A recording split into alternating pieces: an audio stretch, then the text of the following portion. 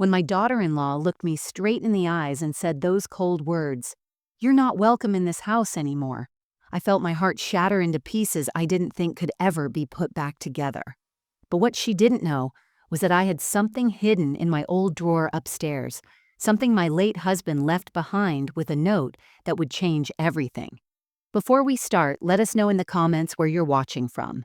Don't forget to like, share, and subscribe for more powerful stories. My name is Margaret, and I'm 67 years old. I know that might sound ancient to some of you watching, but inside I still feel like that young woman who fell in love with Robert Henderson at a church social 48 years ago. For the past 45 years, I lived in the same two-story colonial house on Maple Street, where I raised my son, Daniel, buried my husband after his heart finally gave out from decades of hard labor, and welcomed my first grandchild into this world with tears of joy streaming down my face. I was never the type to ask for much from life or from people. I learned early that happiness comes from giving, not taking. My mornings started at dawn, tending to my small garden where I grew tomatoes, roses, and herbs that I'd share with anyone who stopped by. My afternoons were spent in the kitchen, cooking meals big enough to feed an army because you never knew who might drop in hungry. My evenings were quiet, peaceful time spent knitting blankets and scarves for the church donation drives, each stitch a prayer for whoever would eventually wrap themselves in the warmth. My son Daniel was my whole world after Robert passed away 5 years ago from that massive heart attack that took him too soon. I thought I had raised him right, taught him about respect, gratitude, honor, and family values the way Robert and I had learned from our own parents. When Daniel married Jennifer 3 years ago, I welcomed her with open arms that I thought were generous and loving. I even gave up the master bedroom, the room where Robert and I had shared 4 decades of marriage, so the newlyweds could have more space and privacy. I moved my things into the smaller guest room without a single complaint, telling myself that young couples needed room to grow, to build their own memories. I never complained about anything, never asked for anything in return for the thousands of little sacrifices I made daily. I just wanted my family to be happy, even if it meant I had to make myself smaller, quieter, less visible to fit into their lives. I convinced myself that being needed was enough, that having them under the same roof was a blessing I should be grateful for every single day. Looking back now, I realize I had become invisible in my own home, a ghost haunting the rooms where I had once been the heart of everything. But I didn't see it then. I was too busy being the devoted mother, the helpful grandmother, the woman who never caused trouble or made demands. I thought my kindness would be remembered, that my decades of sacrifice would count for something when it mattered most. I was wrong. I was so terribly, painfully wrong, and I was about to learn just how wrong in the cruelest way imaginable. My days followed a gentle rhythm that brought me comfort and purpose, like the ticking of an old grandfather clock that measures time in familiar, predictable beats.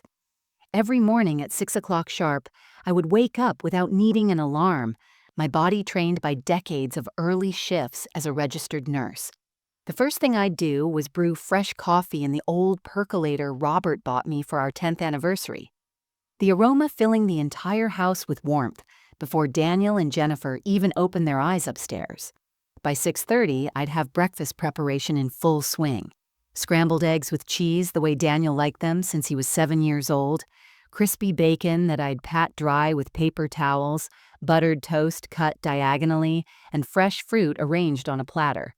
I'd pack Daniel's lunch in the same blue cooler I'd been using for years, including a handwritten note on a sticky pad, just like I had done throughout his childhood. It was a small thing, but I believed these gestures mattered, that they showed love in ways words sometimes couldn't. Jennifer would come down around 7:15, always looking polished and put together, her makeup perfect and her hair styled even for working from home. I'd have her favorite herbal tea ready, the expensive organic chamomile blend she preferred, steeped for exactly 4 minutes the way she insisted it should be. She'd smile at me, say thank you in that pleasant voice, and settle at the kitchen table with her laptop while Daniel rushed through breakfast before heading to his accounting firm downtown. The house was my domain, my responsibility, my pride. I'd spend my mornings cleaning rooms that were already spotless, running the vacuum over carpets that showed no dirt, dusting furniture that gleamed from yesterday's polishing. I took pride in maintaining the home Robert and I had built together, every corner holding a memory I wanted to preserve. The living room where we decorated our first Christmas tree, the kitchen where I'd taught Daniel to bake cookies, the front porch where Robert proposed the renovations we saved 3 years to afford. On weekends, the house came alive in ways that made my heart full. I'd bake chocolate chip cookies, snickerdoodles, and peanut butter treats for my 3-year-old grandson, Tyler. The moment he'd smell them baking, he'd come running into the kitchen on his little legs, his face lighting up with pure joy as he called out, "Gamma, Gamma," in his sweet, broken toddler words. I'd scoop him up, breathing in that innocent child smell of baby shampoo and wonder, and let him lick the spoon while Jennifer pretended not to notice. Jennifer seemed pleasant enough during those early days, always thanking me with what appeared to be genuine appreciation, sometimes asking me to watch Tyler while she ran errands or met friends for lunch.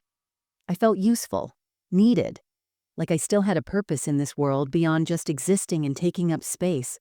The neighborhood ladies, women I'd known for decades, would stop by for afternoon tea. We'd sit on the back patio, and I'd share stories about the old days when this street was just dirt roads and dreams, when young families like Robert and I moved here with nothing but hope and determination.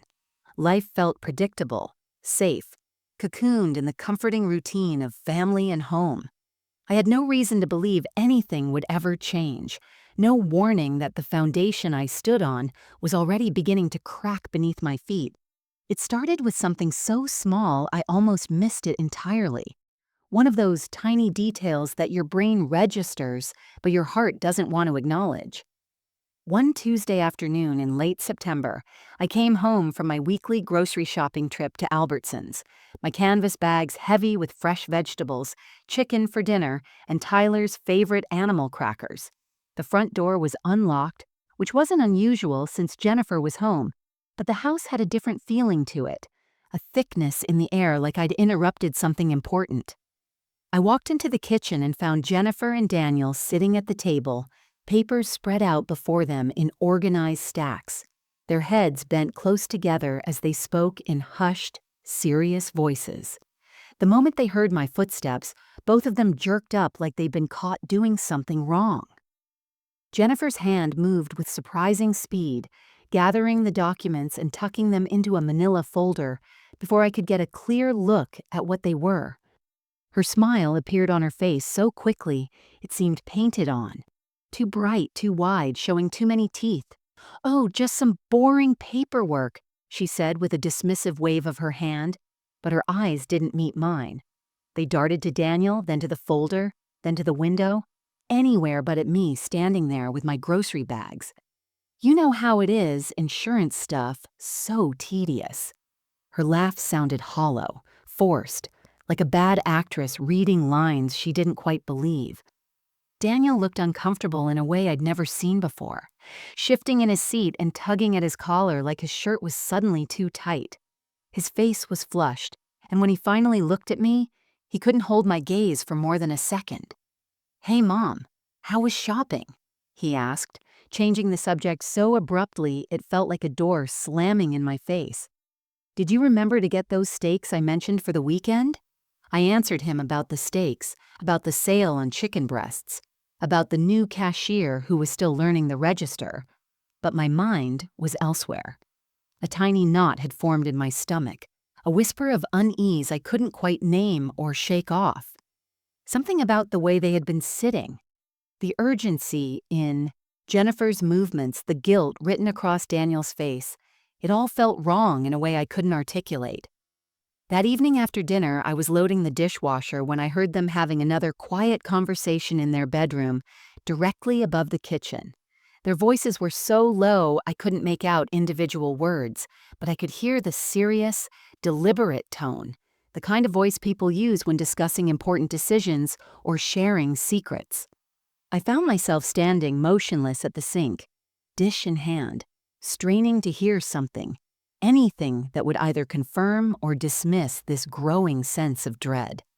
When I walked past their bedroom door on my way to my room later, carrying a basket of folded laundry, the talking stopped immediately. Complete silence, so sudden it was almost violent. I could feel them on the other side of that door, frozen, waiting for me to pass. I continued down the hallway, my slippers making soft shuffling sounds on the hardwood floor, but my hands were trembling slightly as I gripped the laundry basket. I told myself I was being paranoid, that married couples have private conversations all the time, that I was just a lonely old woman reading too much into nothing. But that small seed of doubt had been planted deep in my chest, and I couldn't quite shake the feeling that something fundamental had shifted in the air of my home. Over the next few weeks, I convinced myself I was imagining things, that grief and loneliness were making me see problems where none existed. I'd read articles about how isolation can make elderly people paranoid, how the mind can play tricks when you spend too much time alone with your thoughts. Maybe I was just too sensitive, too old-fashioned to understand how young couples communicate today. The world had changed so much since Robert and I were newlyweds. Maybe this was just how modern marriages worked, with private conversations and closed doors and secrets that didn't include the older generation. When Jennifer started seeming distant, barely making eye contact during dinner and responding to my questions with one-word answers, I told myself she was just tired from taking care of Tyler. Being a mother to a toddler was exhausting work. I remembered that clearly from my own experience with Daniel. When she stopped saying thank you for the meals I prepared, when she'd pick at her food with a distracted expression and leave half of it uneaten on her plate, I convinced myself she was probably stressed about her remote work projects or maybe coming down with something. When Daniel stopped sharing details about his workday like he used to, when he'd come home and head straight upstairs without sitting at the kitchen table to decompress the way he had for years, I assumed he was stressed about his job promotion. He'd mentioned they were restructuring his department, and I knew corporate accounting could be cutthroat and demanding. Of course, he was preoccupied. Of course he had other things on his mind besides chatting with his elderly mother about spreadsheets and client meetings. I threw myself into being even more helpful, trying to prove my value, trying to make myself indispensable to their lives. I started waking up at 5:30 instead of 6, giving myself extra time to prepare more elaborate breakfasts. I deep-cleaned rooms that were already spotless, scrubbing grout with a toothbrush and organizing closets that didn't need organizing. I offered to babysit Tyler more often, volunteering to take him to the park or read him stories for hours so Jennifer could have more free time. I baked Daniel's favorite desserts, the lemon bars he'd loved since childhood, the apple pie Robert used to request for his birthday. I thought if I just tried harder, if I made myself more useful, if I anticipated their needs before they even voiced them, everything would go back to normal. The warmth would return to Jennifer's smile. Daniel would sit with me again and talk about his day. We'd be a family again, the way I'd imagined we would be when they first moved in. But I ignored the way Jennifer's thank yous became shorter, more mechanical, delivered without ever looking up from her phone. I overlooked how Daniel would leave the room when I entered, always suddenly remembering something he needed to do elsewhere. A call he had to make, an email he had to send. I pretended not to notice that they'd started eating dinner later and later, sometimes after I'd already cleaned up the kitchen and gone to my room, effectively avoiding sharing a meal with me altogether. My friends at church noticed something was wrong. Barbara pulled me aside after Sunday service and said, "Margaret, honey, you look troubled. Is everything all right at home?"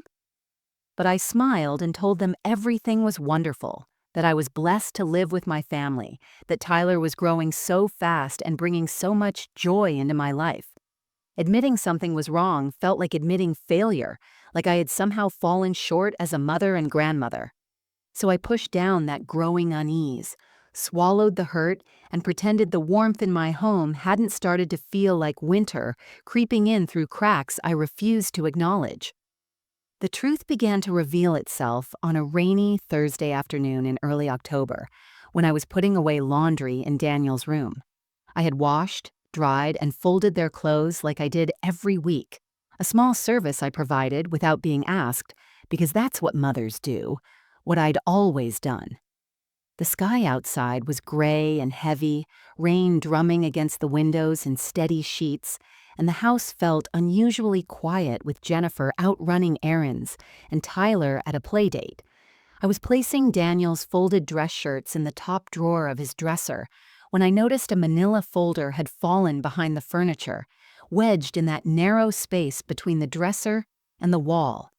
It must have slipped down recently because I'd vacuumed behind there just last week. I reached down to retrieve it, my joints protesting the movement, and as I pulled it free, several papers slid out and scattered across the hardwood floor like damning evidence at a crime scene. My hands trembled as I picked them up, and my blood ran cold when I saw what they were. Real estate evaluations for my house, professional documents with letterheads from 3 different agencies, each one estimating the market value of the property. The numbers jumped out at me. $780,000, $825,000, $795,000. My home reduced to digits on a page. There were market analysis reports with graphs and charts showing comparable sales in the neighborhood, highlighting how property values had increased over the past 5 years. But what made my heart stop were the handwritten notes in Jennifer's distinctive looping cursive, scrawled in the margins and on sticky notes attached to the pages. Maximizing property value. New kitchen, one note read. Another said, timeline for sale, spring market best? There were circles around certain paragraphs, asterisks next to mentions of quick sale strategies, and a highlighted section about how inherited properties could be sold without lengthy delays. I found an email printout from a realtor named Sandra Mitchell, dated just 2 weeks ago, discussing listing strategies and mentioning that she had several interested buyers for homes in this desirable neighborhood, especially properties with the original charm and large lots like yours. The email ended with, "Looking forward to working with you both when you're ready to move forward." My legs felt weak, and I sat down hard on the edge of Daniel's bed, the papers clutched in my shaking hands. My house. The home Robert and I had saved for years to buy, scraping together every penny for the down payment. The walls that held 45 years of memories, every birthday party, every Christmas morning, every quiet evening of our lives together. It was being evaluated like a commodity, discussed like an investment to be liquidated, planned for like a transaction that had nothing to do with the life I'd built here. They were planning to sell my home, and from the dates on these documents, from the multiple evaluations and the communications with realtors, they had been planning it for months. This wasn't a sudden decision or a passing thought. This was calculated, deliberate, a strategy they'd been developing while I cooked their meals and cared for their child and smiled at them across the dinner table. I carefully placed everything back exactly as I found it, sliding the folder behind the dresser in the same position, my hands moving on autopilot while my mind raced. My heart pounded so hard I could hear it in my ears. That evening at dinner, I watched them differently, really watched them for the first time in weeks. I noticed how Jennifer smiled at Daniel when she thought I wasn't looking, a conspiratorial smile full of shared secrets. I saw how they communicated in glances and subtle nods, an entire conversation happening in silence right in front of me. I felt like a stranger in my own home, an obstacle they were planning to remove, and I had been too blind, too trusting, too loving to see it until now. The confrontation came on a Sunday evening, sudden and brutal like a car crash, you see coming but can't avoid. I had just finished cleaning up after dinner, my hands still damp from washing the dishes, when Jennifer and Daniel asked me to sit down at the kitchen table. The way they said it, formal and rehearsed, made my stomach drop. My heart already knew what was coming, the way animals sense earthquakes before they happen. I dried my hands on a dish towel and sat down slowly, my legs feeling unsteady beneath me. Jennifer spoke first, her voice crisp and businesslike, nothing like the sweet daughter-in-law who used to hug me goodnight and call me Mom Margaret during those early months. She sat up straight, her hands folded on the table like she was conducting a board meeting, and her eyes were cold in a way I'd never seen before. Margaret, Daniel, and I have been talking, and we think it's time for you to consider moving to a senior living facility. The words came out smooth and practiced, like she'd rehearsed this speech in front of a mirror. This house is too big, too much for you to maintain at your age, and honestly, we need our space as a growing family. Tyler needs a bigger bedroom, we want to convert your room into a home office, and frankly, we can't keep living like this. The words hit me like physical blows, each sentence a punch to the chest that knocked the air from my lungs. Too much for me to maintain? I'd maintained this house perfectly for 45 years. At my age, I was 67, not 97. We need our space. This was my space, my home, bought with my money and my husband's sweat. I looked at Daniel, my son, the boy I raised alone after his father died, the child I sacrificed everything for. I waited for him to defend me, to tell her she was wrong, to remember who I was and what I'd done for him. Instead, he avoided my eyes like a guilty child caught stealing, staring at a spot on the table between us, his face flushed with shame he wasn't brave enough to voice. "Mom, it's for the best," he mumbled, his voice barely above a whisper. "You'd have people your own age around, activities, medical care if you need it. You'd probably be happier there, not having to worry about maintaining such a big house." My voice came out shaky but determined when I finally found it. "This is my house. Your father and I built this life here. We paid every mortgage payment. We chose every paint color. We planted every tree in that yard. This is my home." Jennifer's mask slipped then, the pleasant facade cracking to reveal something ugly underneath. Her face hardened, her jaw clenching, and her eyes narrowed with an impatience she'd been hiding for months. "Actually, Margaret, it's time you understood something. This house needs to work for all of us, and frankly, you've become a burden." She said the word burden like it tasted bitter in her mouth, like I was something distasteful she'd been forced to tolerate for too long. "We can't keep tiptoeing around you, adjusting our lives to accommodate yours. We're young, we have a child to raise, and we need to think about our future, not spend all our time and energy catering to someone who should be in a place designed for elderly care." The cruelty in her tone was shocking, stripping away any pretense of family affection or daughterly respect. But what destroyed me, what truly shattered the last piece of my heart, was watching Daniel nod in agreement. My own son, the boy who used to crawl into my bed during thunderstorms, who I stayed up with all night when he had the flu, who I worked double shifts to send to college, was nodding along with every cruel word this woman said about me. That's when Jennifer stood up, looking down at me with cold, triumphant eyes, and delivered the final blow that would change everything. "You're not welcome in this house anymore." That night, unable to sleep and unwilling to accept my fate without understanding the full picture, I did something I never thought I would do, something that went against every principle of trust and privacy I'd held my entire life. But desperate times called for desperate measures, and I needed to know exactly what I was facing. Around 11 o'clock, when the house had gone quiet and I heard their bedroom door close, I crept out of my room in my slippers and stood in the hallway outside their door, my heart pounding so loudly I was certain they'd hear it through the walls. What I heard in the next 20 minutes made my blood run ice cold and confirmed my worst fears were actually underestimations of their betrayal. They weren't just planning to move me out. They were planning to take everything, to strip me of every asset, every dollar, every piece of dignity I had left.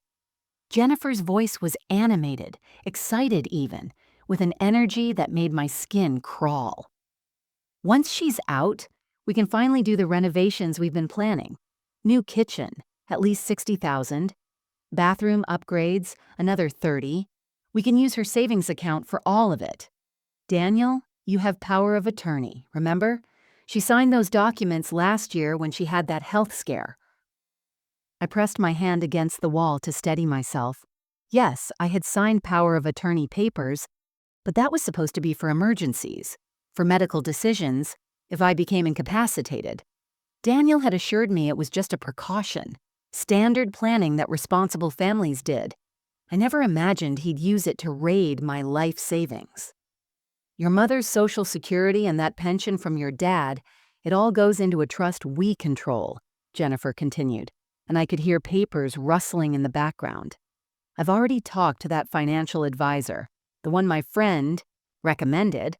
He said we can set it up so we're the trustees, which means we decide how the money gets spent. We tell the facility she can afford whatever we say she can afford. Daniel's voice was quieter, but I pressed my ear closer to the door and heard him say, "She'll be fine in assisted living. They have payment plans, different tiers of care. We just need to find one that works with our budget." Jennifer actually laughed, a sound that cut through me like broken glass. "Daniel, sweetheart, we're not actually going to pay for some expensive facility with piano lounges and art classes. Why waste money when we could use it for Tyler's future? For our future. There are state-funded places that will take her. Medicaid covers it. She worked as a nurse for 40 years. She'll understand the healthcare system." My legs nearly gave out as I realized the full scope of their plan. They weren't just forcing me out of my home. They were planning to dump me in whatever bottom-tier facility would accept me while they lived in my house, spent my savings on renovations, and collected my income for themselves. I was nothing more than an inconvenient obstacle standing between them and a complete financial takeover of my entire life. "The house is worth at least $800,000 in this market," Jennifer went on, her voice taking on a dreamy quality. "Maybe more if we update the kitchen and bathrooms first. We could sell it in 2 years, buy something even bigger in a better school district, and still have $300,000 or $400,000 left over to invest. Your mother's jewelry alone is probably worth $15,000 to $20,000. Those antique pieces, the diamond ring your father gave her, the pearl necklace, all of it." With shaking hands, I pulled out my phone from my bathrobe pocket and hit record, capturing every word of their conversation. For the next 15 minutes, I stood in that dark hallway and documented their entire conspiracy. They discussed which assisted living facilities had the lowest costs, how to liquidate my belongings without me noticing, how to transfer my bank accounts, even how to handle it if I resisted or tried to fight back. "She won't fight," Daniel said with a confidence that broke my heart. "She's never fought for anything. She'll just accept it like she accepts everything." He was wrong. He had no idea how wrong he was, and neither did she. I made it back to my room before the tears came, moving on autopilot through the darkness, my phone clutched in my trembling hand, with its damning recording still saved on the screen. But the moment I closed my door and turned the lock, the moment I knew I was alone and no one could see me fall apart, the dam broke. I collapsed onto my bed, the same bed Robert and I had shared for 40 years, before I moved it to this smaller room, and sobbed into my pillow until my throat was raw and my chest ached from the force of my crying. Memories flooded through me like a tsunami I couldn't fight back, each one more painful than the last. I saw Robert and me painting these walls together when we first bought the house in 1980. Both of us covered in cream-colored paint, laughing like teenagers, even though we were exhausted from working all day. I remembered him holding baby Daniel in this very room, walking the floor at 3 a.m, singing off-key lullabies while I tried to catch a few hours of sleep between nursing shifts. I saw Daniel's first steps taken right outside this door, his little hands reaching for me as he toddled forward with that proud, surprised expression on his face. I remembered teaching Daniel to ride a bike in the driveway, running alongside him and holding the seat until he found his balance. The joy in his voice when he realized he was doing it on his own. I thought about all the scraped knees I'd bandaged, all the nightmares I chased away, all the school projects we completed together at the kitchen table with construction paper and glue sticks scattered everywhere. Every soccer game I attended, even after working a 12-hour shift, standing on the sidelines and cheering until my voice gave out. Every parent-teacher conference where his teachers praised what a kind, respectful boy he was. And I felt such pride knowing Robert and I had raised him right. Or so I thought. I remembered every sacrifice Robert and I had made, working double shifts and overtime hours, him in construction and me in nursing, our bodies aching and our eyes burning with exhaustion. We skipped vacations and drove old cars held together with hope and duct tape. We wore clothes until they fell apart and ate simple meals so we could save for Daniel's college fund. I remembered Robert coming home with his hands bleeding and blistered, joking that it was worth it because our son would have opportunities we never had, would build a better life than we could give ourselves. Was all of that worth nothing now? Did those years of love and sacrifice mean so little that my own son could discard me like garbage, toss me aside the moment I became inconvenient? Had I raised a stranger who looked like my child but had the heart of someone I didn't recognize? I pulled out my wedding photo from the nightstand drawer, the frame worn smooth from years of handling. Robert's kind eyes stared back at me from 1977, both of us so young and full of dreams, believing that love and hard work could build something lasting and real. My finger traced his face on the photograph, and I whispered into the darkness, "I'm so sorry, honey. I failed. I couldn't protect what we built. I couldn't raise our son to be the man you thought he'd become. He's throwing me away, Robert. Our boy is throwing me away like I'm nothing." The weight of grief, betrayal, and helplessness crushed down on me until I felt like I couldn't breathe, like my chest was being compressed by some invisible force. For hours, I lay there in the darkness, listening to the house settle around me. This house that held every memory of my adult life, every moment that mattered. I felt more alone than I had ever felt in my entire life, more lost than when Robert died, because at least then I had Daniel, or thought I did. The crying eventually subsided into silent tears that soaked my pillowcase, and I stared at the ceiling, wondering if maybe they were right. Maybe I was just a burden. Maybe I didn't deserve to fight back. Maybe it would be easier to just accept my fate and fade away quietly like they expected me to. Dawn was breaking through my bedroom window, painting streaks of pink and gold across the walls, when something inside me shifted like a switch being flipped.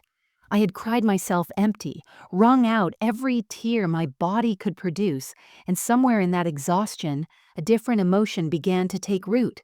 It started as a small ember of anger in my chest, then grew hotter, fiercer, until it burned away the grief and replaced it with something I hadn't felt in years, pure, righteous fury. I sat up in bed, wiped my swollen eyes with the back of my hand, and looked around at the room that held decades of my life, the dresser Robert had refinished for our 20th anniversary, the reading chair where I'd nursed Daniel and later read him bedtime stories, the window overlooking the garden I'd planted and tended for 45 years. No, absolutely not. I wasn't going down without a fight. Robert didn't work himself into an early grave, didn't sacrifice his health and his body building this life for our family, just so some manipulative woman with dollar signs in her eyes could steal it all. He didn't spend 40 years coming home exhausted, his hands calloused and aching, just to have his legacy erased by greed. I didn't sacrifice everything for my son, didn't work double shifts until I thought I'd collapse, didn't give him every advantage and opportunity I could scrape together, just to let him throw me away like garbage when I became inconvenient. A fierce determination I hadn't felt in years began burning in my chest, replacing the grief with something harder, sharper, more focused. I was done being the quiet, accommodating mother who made herself small to avoid conflict. I was done pretending that their cruelty was somehow my fault, that I deserved this treatment because I was old or because I'd become a burden. I was done apologizing for existing in my own home, for taking up space in rooms I had every right to occupy. They thought I was just a helpless old woman they could push around, someone too weak or too confused or too beaten down to fight back.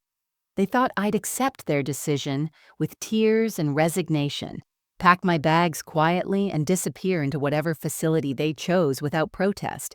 They had no idea what I was capable of. They had mistaken kindness for weakness, mistaken love for stupidity, mistaken my gentle nature for surrender. I stood up from the bed, my joints protesting but my resolve solid as steel, and caught my reflection in the mirror across the room. The woman staring back at me looked tired. Yes, with red-rimmed eyes and gray hair that needed brushing. But there was something else in her, expression now, something that hadn't been there yesterday, steel, determination, the look of someone who had decided to stop being a victim and start being a fighter. Robert used to say I had a backbone of iron when I needed it, that beneath my soft exterior was a strength that surprised people who underestimated me. "You're tougher than you think, Maggie," he'd tell me when I doubted myself. "You just don't like showing it unless you have to." Well, right now I had to. Right now I needed every ounce of that strength. I thought about that property paper Robert had left me, tucked away in the old drawer for exactly this kind of moment. His final gift, his insurance policy, his protection for me, even after death. "Give this to her when she forgets who built this house," his note had said. The note was dated just 3 months before his heart attack, like he'd known somehow that I might need defending, even from our own son. Well, Jennifer was about to get a very harsh reminder of exactly who built this house, who paid for every brick and board, who had legal right to every square inch. And Daniel was about to learn that his mother wasn't the pushover he'd convinced himself she was. I wasn't leaving my home.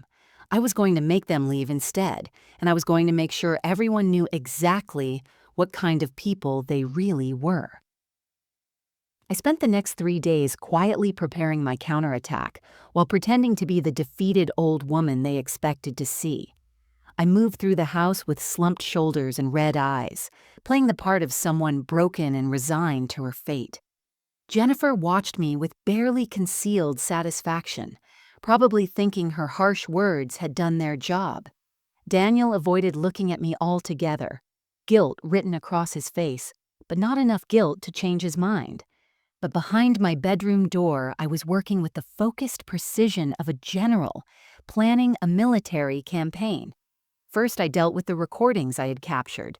I made copies of everything, uploading the audio files to a cloud storage account my grandson Tyler's other grandmother had helped me set up last year for sharing photos.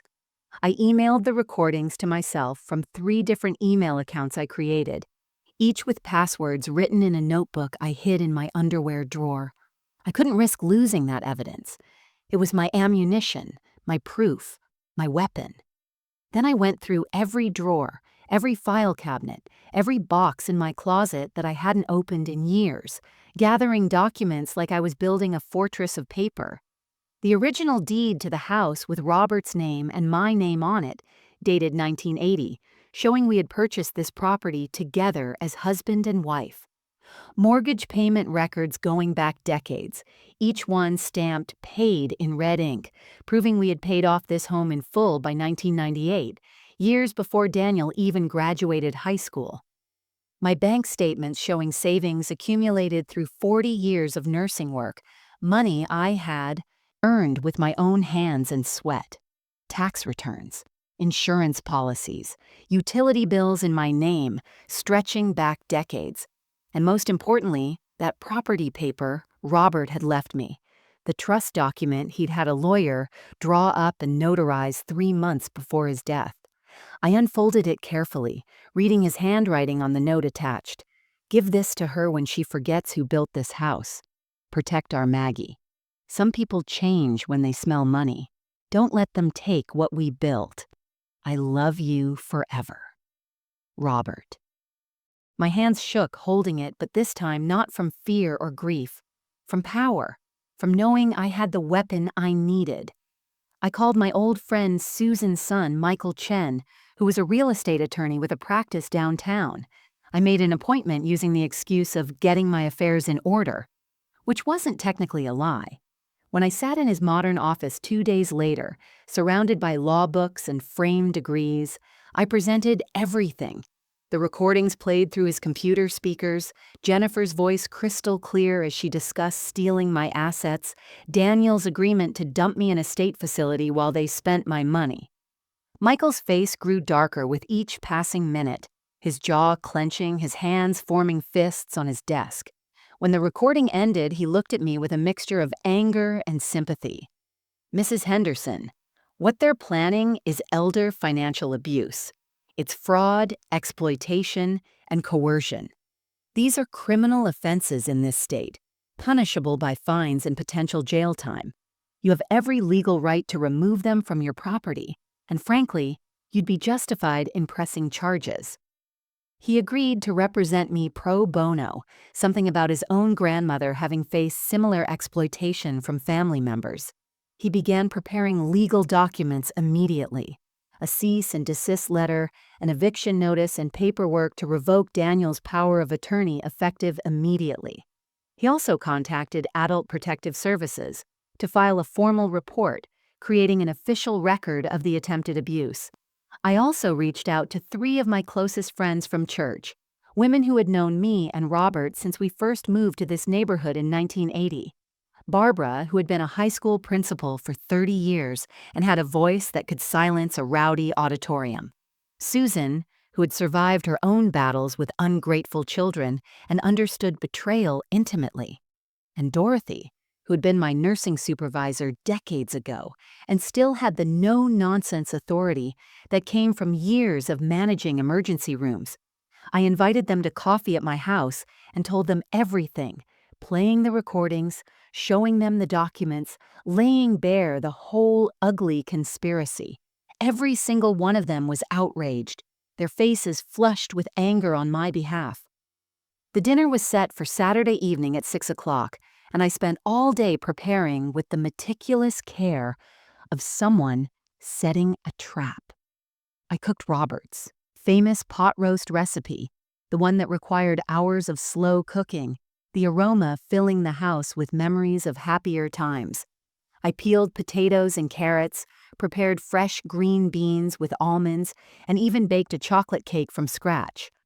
Jennifer watched me work from the living room, scrolling through her phone with barely concealed impatience, probably already imagining her renovated kitchen in this very space. I had invited my 3 church friends to say goodbye before I start looking at facilities, using a voice thick with manufactured sadness that made Jennifer's eyes light up with victory. I also mentioned to Daniel that Michael Chen, Susan's son, who was an attorney, wanted to drop by to help me understand some paperwork about senior living arrangements and what I'd need to do with my finances. Daniel had nodded absently, still avoiding direct eye contact with me, but I caught the quick glance he exchanged with Jennifer, a look that said everything was going according to their plan.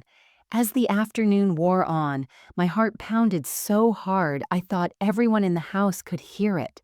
A drumbeat of anxiety and anticipation that made my hands tremble every time I touched something. But I kept my breathing steady, my face composed, playing my role perfectly. I was just a sad old woman accepting her fate, preparing one last family dinner before being shipped off to die alone among strangers. My friends arrived first, right at 5:30. Barbara came through the door with her characteristic confidence, her silver hair perfectly styled, wearing the pearls she always wore to important occasions. Susan followed with a casserole dish of her famous scalloped potatoes, because that's what you bring to dinners, even when those dinners are actually confrontations. Dorothy brought flowers, bright yellow chrysanthemums that she placed in a vase on the table, their cheerfulness a stark contrast to the tension building in the room. They hugged me tightly, each embrace lasting just a moment longer than normal, their eyes meeting mine with understanding and solidarity. We were warriors preparing for battle, and they had come armed with decades of friendship and unwavering loyalty. Then at 5:45, Michael arrived with his briefcase, professionally dressed in a navy suit and burgundy tie. He looked every inch the successful attorney he was, his presence adding an official weight to the gathering that made Daniel shift uncomfortably in the doorway. Jennifer's eyes narrowed slightly, but she recovered quickly, her smile snapping back into place like a mask. "I didn't realize we were having such a large gathering," Jennifer said, her voice carrying an edge of irritation beneath the false sweetness. "Margaret, you said this was just a small goodbye dinner." "Oh, I wanted my closest friends here," I replied softly, channeling every ounce of acting ability I possessed. "They've been such a support through this difficult transition, and Michael is going to help me understand what happens to my assets when I move.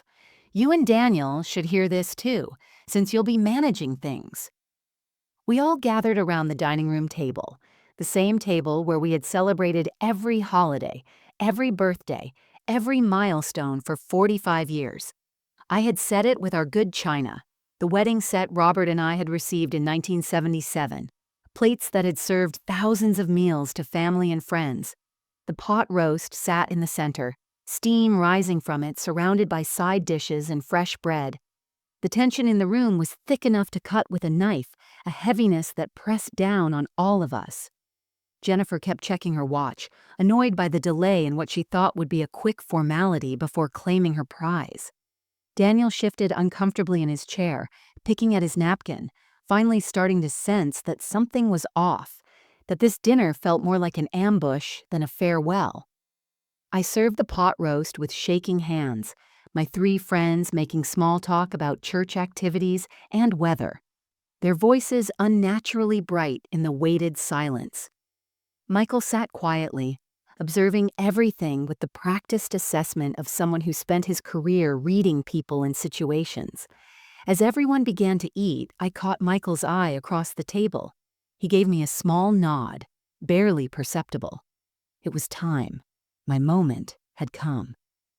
I set down my fork, folded my hands on the table in front of me, and took a deep breath that felt like it came from the bottom of my soul.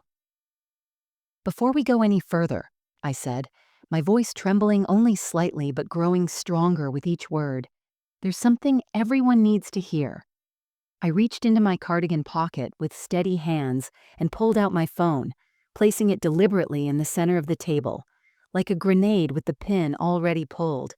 The dining room suddenly felt smaller, the air thicker, as everyone's attention focused on that small device sitting among the dinner plates and serving dishes. "Jennifer, Daniel," I said, my voice calm now, almost eerily so. "Do you remember the conversation you had last Sunday night in your bedroom? The one where you discussed how much my house is worth, how you plan to renovate it with my savings, and how you were going to dump me in the cheapest state-funded facility you could find while you collected my Social Security and pension?" Jennifer's face drained of color so fast I thought she might faint. Her fork clattered against her plate, the sound sharp and jarring in the sudden silence. Daniel's mouth fell open, his eyes wide with panic, and he started to stammer, "Mom, what are you talking about? I don't know what you—" I pressed play. Their voices filled the dining room, crystal clear and damning, echoing off the walls like ghosts of their own cruelty come back to haunt them. Jennifer's animated tone as she calculated the house's value. At least $800,000 in this market, maybe more if we update the kitchen and bathrooms first. Daniel's agreement about the power of attorney. She signed those documents last year. I can access her accounts. Jennifer's cruel laugh as she discussed my fate. "We're not actually going to pay for some expensive facility. There are state-funded places. Why waste money when we could use it for our future?" The recording played for 3 full minutes, but it felt like an eternity. Each word was a nail in their coffin, each sentence more damning than the last. My friends' faces transformed from confusion to shock to absolute disgust. Barbara's hand flew to her mouth. Susan's eyes filled with angry tears. Dorothy shook her head slowly, her expression one of profound disappointment. Jennifer suddenly lunged across the table, her hand reaching for my phone, her face twisted with rage and desperation. "You can't! That's illegal. You recorded us without permission." "But Barbara," who had spent 3 decades managing unruly teenagers, blocked her with one raised hand and a look that could freeze fire. "Sit down," Barbara commanded in her principal voice, the one that had sent countless students to detention, and Jennifer actually fell back into her chair like a puppet with cut strings. When the recording ended, the silence was deafening, broken only by the sound of Jennifer's rapid breathing and Daniel's shaky attempts to speak. Michael cleared his throat, his attorney voice calm and authoritative, cutting through the tension like a knife through butter. "That recording constitutes clear evidence of elder financial abuse," he said, pulling documents from his briefcase with practiced efficiency. "Financial exploitation, coercion, and fraud. All criminal offenses in this state, punishable by fines up to $50,000 and imprisonment up to 5 years. Additionally, conspiracy to commit fraud, which adds another layer of criminal liability." Daniel's face had gone from red to ashen, all the blood seeming to drain away as the full weight of their situation crashed down on him. "Mom, we were just talking. We were just discussing options. We didn't actually do anything. You can't—" "Didn't do anything?" I interrupted, my voice rising with all the pain and anger I'd been holding back for weeks. "You told me I wasn't welcome in my own home. You gave me 2 weeks to leave. You've been planning this for months." My hands were shaking now, but not with fear, with righteous fury. "You were going to steal everything your father and I spent our entire lives building." Then I pulled out the second document, the one I had been saving for this exact moment, my ace in the hole. My hands were steady now, filled with the power of truth and justice. I unfolded the property paper slowly, deliberately, letting the suspense build. "Before your father died, he knew something that I was too trusting to see. He knew that people can change when they smell money, that greed can poison even family bonds, so he made sure I would be protected."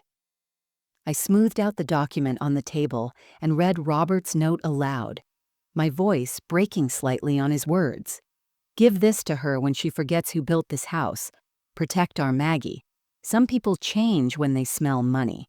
Don't let them take what we built. I love you forever. Robert."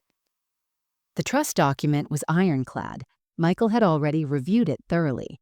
The house was placed permanently and irrevocably in my name, through a living trust with specific language, preventing it from being sold, transferred, or mortgaged without my explicit written consent. Even if I became incapacitated, Michael explained the situation calmly and methodically, laying out their options with the detached professionalism of someone who dealt with family law disasters every day. His voice was matter-of-fact, almost clinical, which somehow made the severity of the situation even more terrifying for Daniel and Jennifer.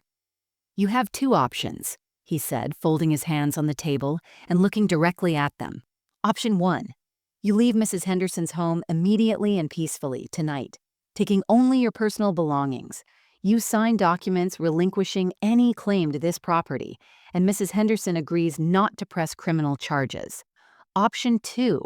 You refuse to leave, and I file criminal complaints with the district attorney's office tomorrow morning for elder financial abuse, fraud, conspiracy to commit theft, and exploitation of a vulnerable adult."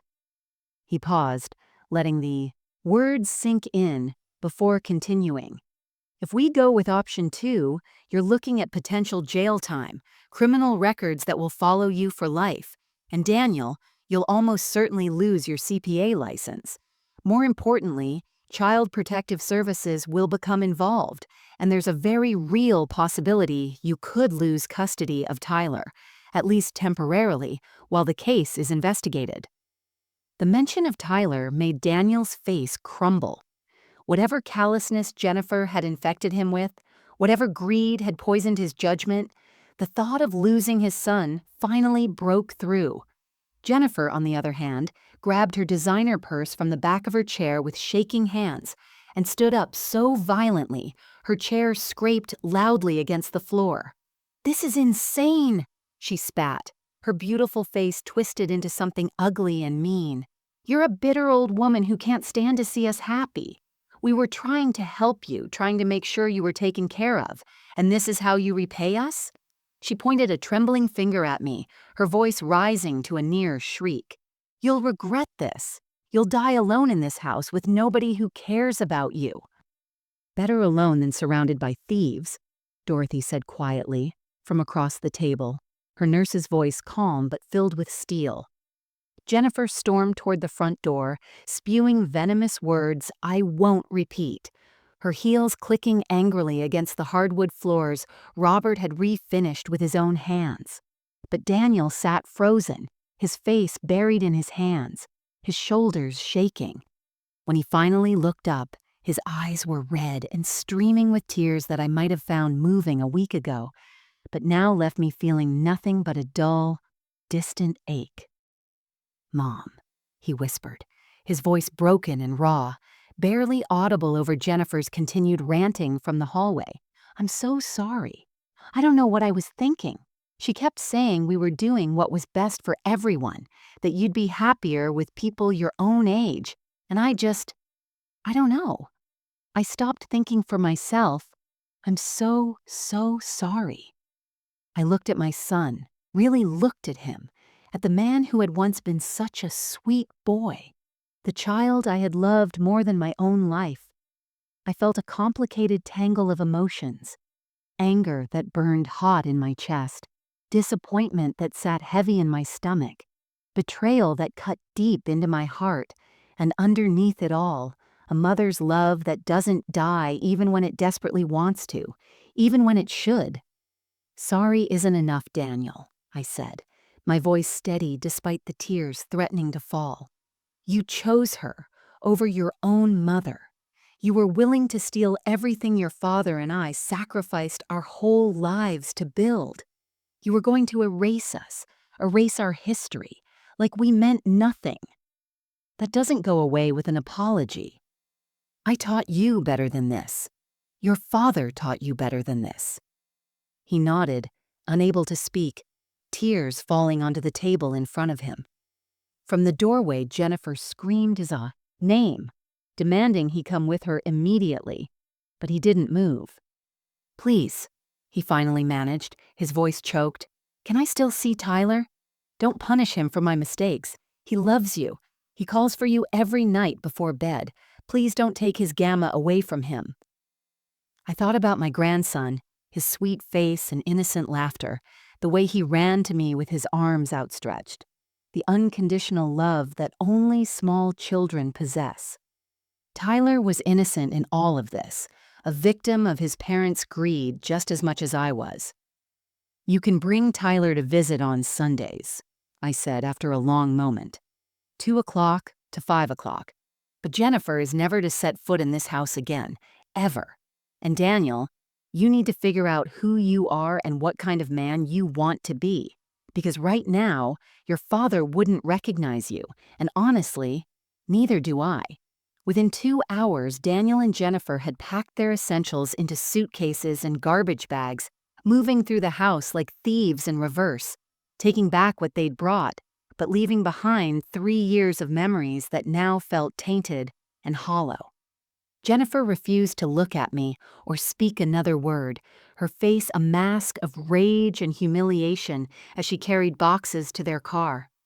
Daniel moved slowly, like a man in a daze, occasionally stopping to stare at family photos on the walls, as if seeing them for the first time, really seeing what he had almost destroyed.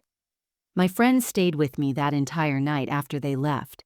We sat in the living room drinking tea until the sun came up, processing everything that had happened.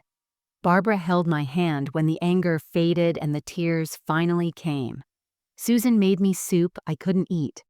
Dorothy just sat beside me in comfortable silence, her presence a reminder that true family isn't always blood, it's the people who show up when everything falls apart. In the weeks that followed, my life began to rebuild itself slowly, like a bone that had been fractured and was learning to heal stronger than before. Daniel did bring Tyler for Sunday visits, and those 3 hours became the brightest part of my week. My grandson would run through the door calling "Gamma, Gamma," with his arms outstretched, and for those precious hours, I could pretend the world was still full of innocence and love. Daniel and I began talking, carefully at first, like two strangers learning to trust each other. He told me Jennifer had filed for divorce within a month, unable to handle the shame of everyone in their social circle, knowing what she had tried to do.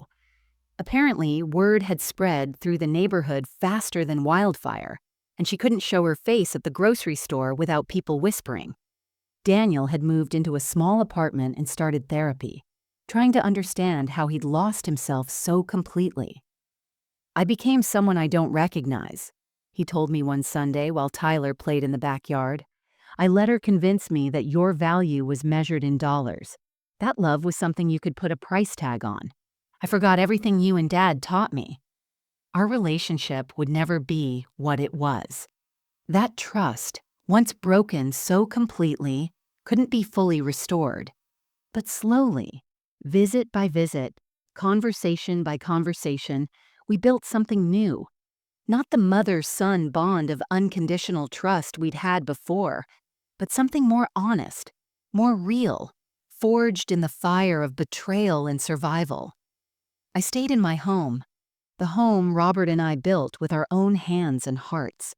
Every morning I'd sit in my garden with my coffee and talk to Robert, telling him about Tyler's latest words, about the flowers blooming, about how his final gift had saved me when I needed it most. I could feel him there in the morning light, in the way the wind moved through the trees we'd planted together, in the solid walls that still stood strong after 45 years. Sometimes the people we love most are the ones capable of hurting us deepest, because we never see the betrayal coming until it's already cut us to the bone, until the knife is twisted and the damage is done. My story isn't unique or even particularly special. Every single day, elderly parents are pushed aside like inconvenient furniture, their sacrifices forgotten, their dignity stripped away, their homes stolen by children who see inheritance as something to claim early, rather than something to honor and preserve. But here's what I learned through my pain. What I need you to understand if you take nothing else from my story. You don't have to accept being treated as disposable just because you're older, just because you've given everything to your family, just because society tells you to be quiet and grateful for whatever scraps of respect you're thrown. Your life matters. Your sacrifices have value. Your home, the one you built with your sweat and tears and love, belongs to you. Robert knew that one day I might need protection, even from our own son, and he loved me enough to make sure I had it. That's what real love looks like. Love that protects even after death. Love that sees beyond the present moment into a future where greed might try to poison what was built with devotion and sacrifice. If you're watching this and you're taking care of elderly parents, please, I'm begging you, remember this. They aren't burdens to be managed or assets to be liquidated. They're the foundation you were built on, the reason you have the opportunities you enjoy today,